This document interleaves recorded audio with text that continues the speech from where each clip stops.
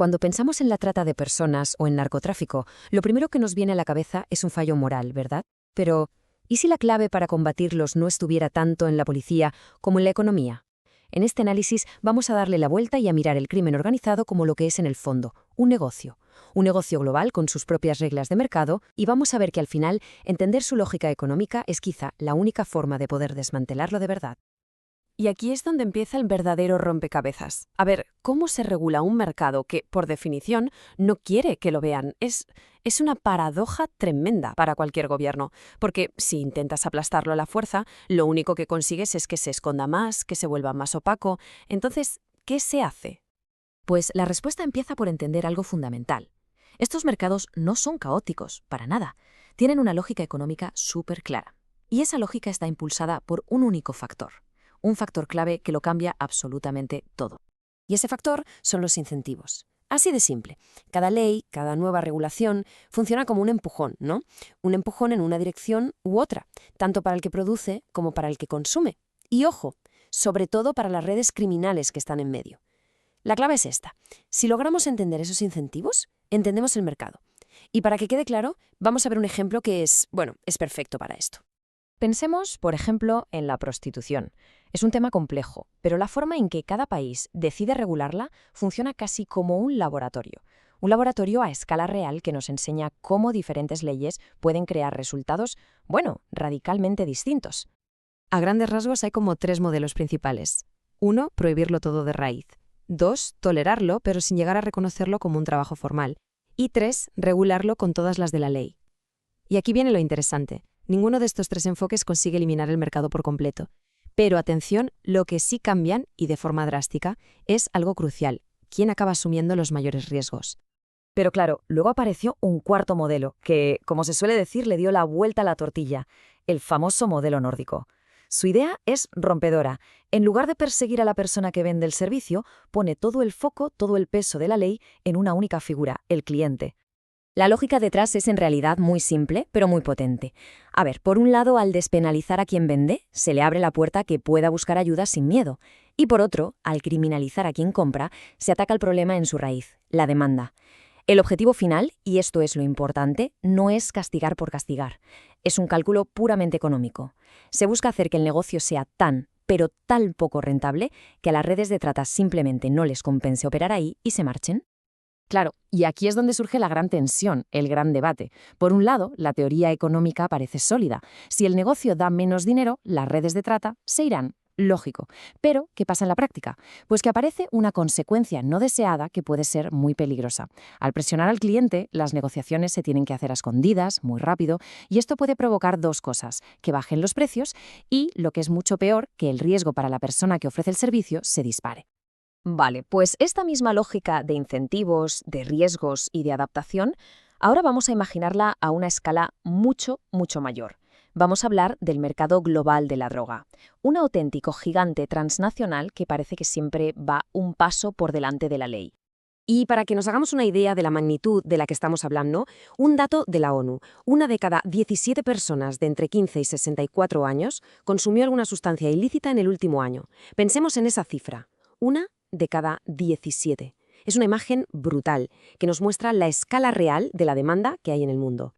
¿Y toda esa demanda en qué se centra? Bueno, pues hay varias sustancias clave. El cannabis sigue siendo la número 1, por supuesto. Luego vienen los opioides, las anfetaminas y la cocaína. Pero ojo, mucho ojo con el mercado de las drogas sintéticas.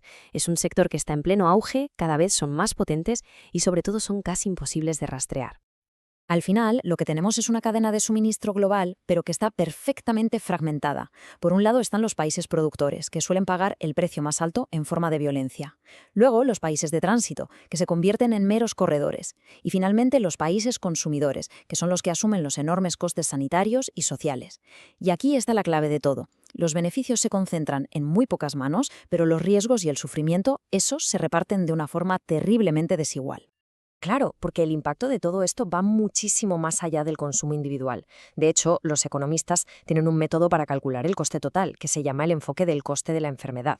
Básicamente lo que hacen es sumar todo. Por un lado, los costes directos, el gasto en sanidad, en policía, en justicia, y por otro, los costes indirectos, la pérdida de productividad de la gente, las muertes prematuras.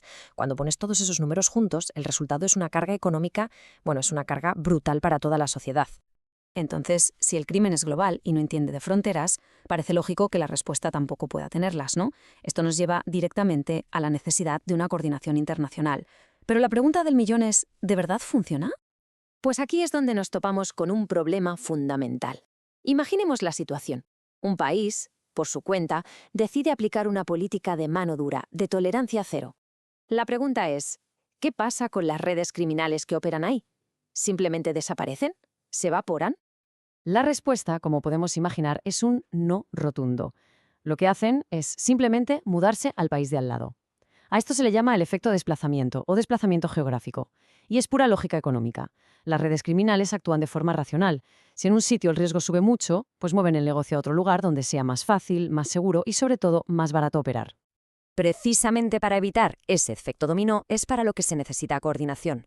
Y a nivel global, la pieza clave es la UNODC, que es la Oficina de las Naciones Unidas contra la Droga y el Delito.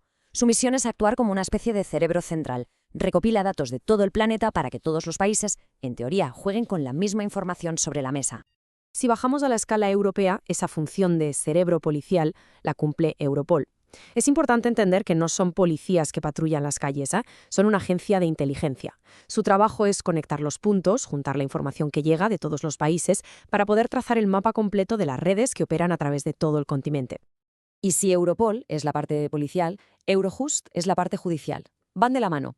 Su trabajo es básicamente asegurarse de que cuando una red criminal opera, por ejemplo, en España, Francia y Alemania a la vez, los sistemas judiciales de los tres países no choquen entre sí. Son los que resuelven la pregunta del millón. ¿Quién juzga a quién y dónde? Y con eso se intenta evitar que los delincuentes se escapen por las grietas legales que hay entre un país y otro. Todo esto nos va llevando a una conclusión que parece bastante inevitable.